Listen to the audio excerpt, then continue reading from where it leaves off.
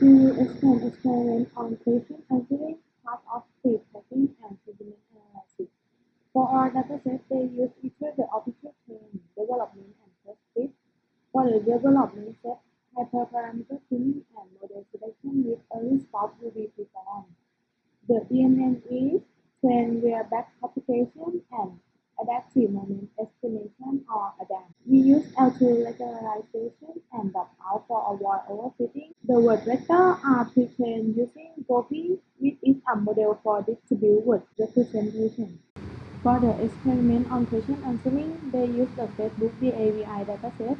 For training, they use the formula above, where ECE is the standard cross-entity cost. They start training with alpha set to 1 and beta set to 0.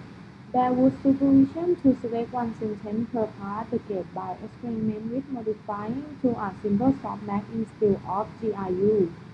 Then they can compute the final result vector via formula below. The result from the experiment, DMN perform worse than memory neural network on task 2 and 3 because both tasks have long input sequence. The DMN is more efficient with short input sequence than memory neural network on task 7 and 8 because DMN has an explicit memory module. However, both modules did not do well on task 17 and 19. For the experiment on sentiment analysis, they used the Stanford Sentiment Tree Bank dataset. For the trained model, they used all full sentence as well as subsample 50% fate level label every epoch. They present results into two formats: Freigen loop prediction and binary loop prediction. Freigen loop prediction is to give all full sentence of the test sets are to be classified as very negative, negative, neutral, positive, or very positive.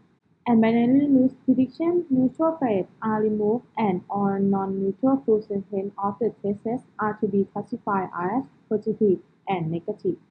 The figure above is a sample of part of speed tracking. For the experiment on part of speed tracking, they used the Wall Street Journal dataset.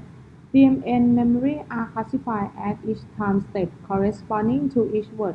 So they use the standard speed of section 0 to 18 for training, 19 to 11 for development, and 22 to 24 for test set.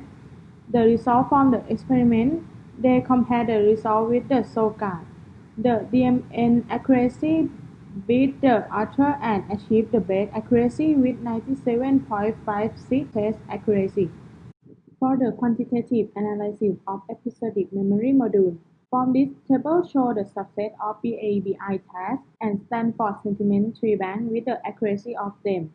Thus, the main of DMN architecture is episodic memory module. The hard task make us realize that multiple paths over the input are important to achieve high performance. But for sentiment, the accuracy is little different.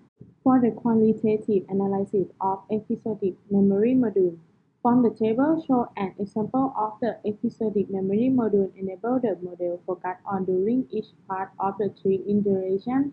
Scan on a question from the BABI dataset.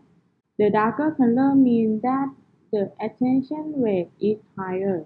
For the evaluate the episodic memory module for sentiment analysis, they make the following observation in this figure because the DMN perform well with both one iteration and two iteration. First observation is the attention of the two iteration DMN is more focused compared to the one iteration DMN. Thus, it cannot only focus on a few key time steps.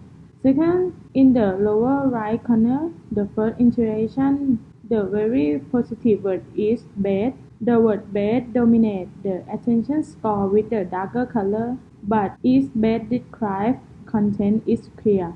Thus, diminution the relevance and lukewarm become more important. We conclude that the ability of the episodic memory module capability is useful for multiple paths over the data. Increasing the number of paths will improve the performance of the sentiment analysis.